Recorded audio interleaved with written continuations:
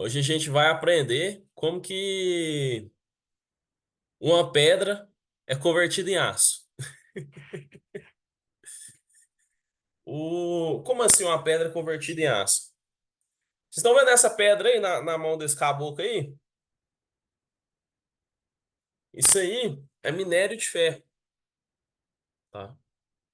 Na verdade, a gente pode falar que é um blocão gigante de ferrugem, que é o óxido de ferro, tá? Que é ferrugem, literalmente ferrugem, tá? Então, o que que acontece? O pessoal pega esse material, minera ele, certo? E depois faz todo um processo para transformar ele em aço, em lingotes de aço, em barras de aço. E depois que esse aço está pronto em forma de barra, em forma de lingote, ou então em forma de chapa, a gente pega e transforma ele em uma peça de arma de fogo ou em uma peça mecânica, tá? Podendo ser desde parafuso, a um ferrolho, a um bloco de motor de um carro, entendeu? Então, no princípio, era o óxido de ferro, tá? Então, hoje a gente vai entender um pouquinho como é que isso funciona e as implicações disso tudo em toda a cadeia de produção, tá, pessoal? Então, a primeira coisa que eu coloquei aqui, se você pegar a crosta terrestre e fizer uma análise, você vai ver que 47% é oxigênio, 27% é silício, 8% é aço, aliás, 8% é alumínio, 5% é aço, certo?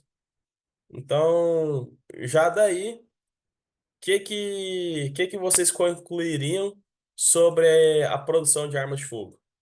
Já com esse gráfico aqui, que vocês enxergam que daria para poder fazer a análise da questão de arma de fogo?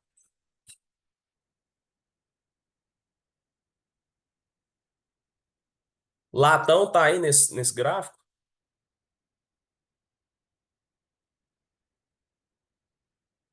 Latão é liga, né?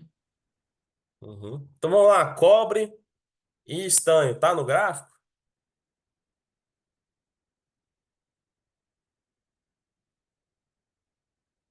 Gente, vocês estão aí? Opa, tá não, né? Não tem. Não tá no gráfico, né? Então o que que eu tenho mais? Alumínio, ferro, cálcio, sódio, potássio e os outros menos de 1%, né? Então, faz sentido eu pensar em fabricar munição, por exemplo, de alumínio ou de ferro e o meu maquinário trabalhar muito com alumínio e com ferro? Faz sentido? Acho que Faz, faz. né? Porque é o que eu mais tenho na crosta terrestre. Primeiro é o ferro, segundo é o alumínio. O grande problema do alumínio, mas que com quanto mais o tempo vem passando, que a gente vem minerando alumínio, vai facilitando, é o seguinte: para fazer o ferro, eu preciso basicamente de carvão, certo? Carvão mineral. Isso aí a gente vai ver mais à frente. Para fazer o alumínio, eu preciso de muita energia elétrica, tá? Então, o pessoal até brinca que na fabricação do alumínio, o alumínio basicamente é energia elétrica empacotada, da quantidade de alumínio que se utiliza, sabe?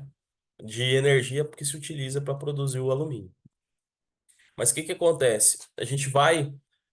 À medida que a gente vai produzindo alumínio, esse alumínio chega na sociedade e a gente vai reaproveitando ele, tá? Então, a cada vez que se reutiliza, que se recicla o alumínio, a quantidade de energia necessária para fazer essa reciclagem é muito pequena.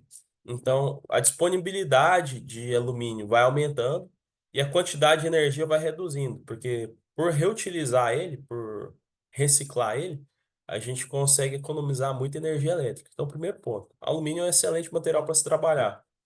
Outro excelente material é o ferro, que dele deriva vários outros materiais, tá? Para a maioria como se diz? Para a maioria das aplicações, o ferro e os derivados do ferro, né, que são os aços e tudo, e até mesmo o ferro fundido, é um excelente material, tá? Porque ele tem uma resistência muito boa e ele tem uma disponibilidade no globo muito boa, entendeu? Então, a grande jogada aqui, que eu trouxe para vocês analisarem isso, é, poxa, o que que eu tenho disponível para poder fabricar as coisas, certo? E depois disso o que que é mais barato que eu vou conseguir. Quanto mais disponível, mais barato, certo? O problema do alumínio é a questão da energia elétrica e o problema do ferro não tem problema nenhum, tá? Às vezes ele tem problema com oxidação, esse tipo de coisa, mas vocês vão ver que é possível otimizar isso, tornar esse, como se diz, essa questão do aço, da oxidação do aço, da ferrugem do aço, tem como a gente fazer tratamentos para mitigar isso e resolver de forma satisfatória, tá? Aqui embaixo aqui eu coloquei uma brincadeira aqui, porque aqui eu tô colocando a crosta terrestre, né? É questão de 40 quilômetros de diâmetro, e tudo. E 7,2 foi o ângulo que o matemático descobriu para poder conseguir calcular o diâmetro da Terra. É só brincadeira, porque eu coloquei o globo terrestre aqui. Então, bora lá. Se a gente pegar o beneficiamento, a reserva mundial de aço, tá? Em 2001, a gente tinha uma estimativa de 370 mil, 310.700 vezes 10 a sexta tonelada, tá? Essa aqui é a estimativa da reserva mundial de aço. É coisa pra caramba, tá? É muita coisa. Se a gente observar aqui, ó, primeiro lugar no mundo de beneficiamento de aço é a Rússia, tá? Segundo lugar é a Ucrânia. Terceiro lugar é a China. Quarto lugar é a Austrália. E quinto lugar é o Brasil, tá?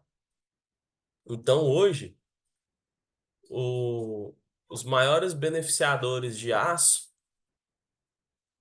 são Rússia e Ucrânia. E o que está acontecendo lá?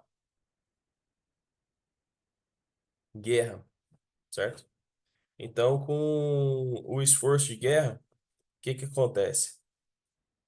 O primeiro, pro lado da Ucrânia, as indústrias praticamente pararam de funcionar, tá? Por conta dos bombardeios e por toda essa questão. E para a Rússia, eles aumentaram ao máximo a produção de aço, tá? Por... E aí, analisando isso, entendendo, por exemplo, que são, por exemplo, os russos são os maiores produtores de aço do mundo, a gente entende por que que eles fabricam munição de aço, entendeu? É fácil de entender, certo? Tanto é que, tipo assim, o negócio é... O porquê, às vezes, do equipamento, às vezes depende do solo daquele país, para determinar o costume dele, tá?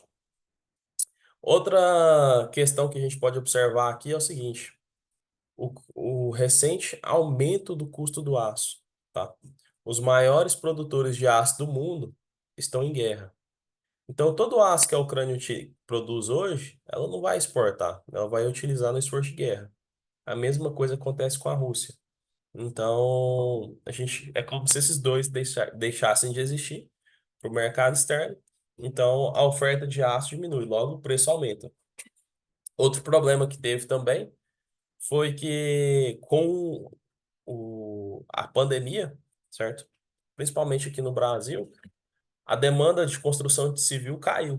Então o pessoal parou de construir na pandemia porque não podia sair de casa. Só que o aço, você trabalha ele com produções contínuas, tá? Você nunca para, você vai alimentando o forno e nunca para ele.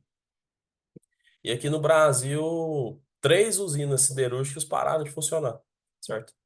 Então, a produção de ácido do Brasil diminuiu e a produção de ácido do mundo diminuiu. Por isso que a gente está tendo essa alta do preço do aço.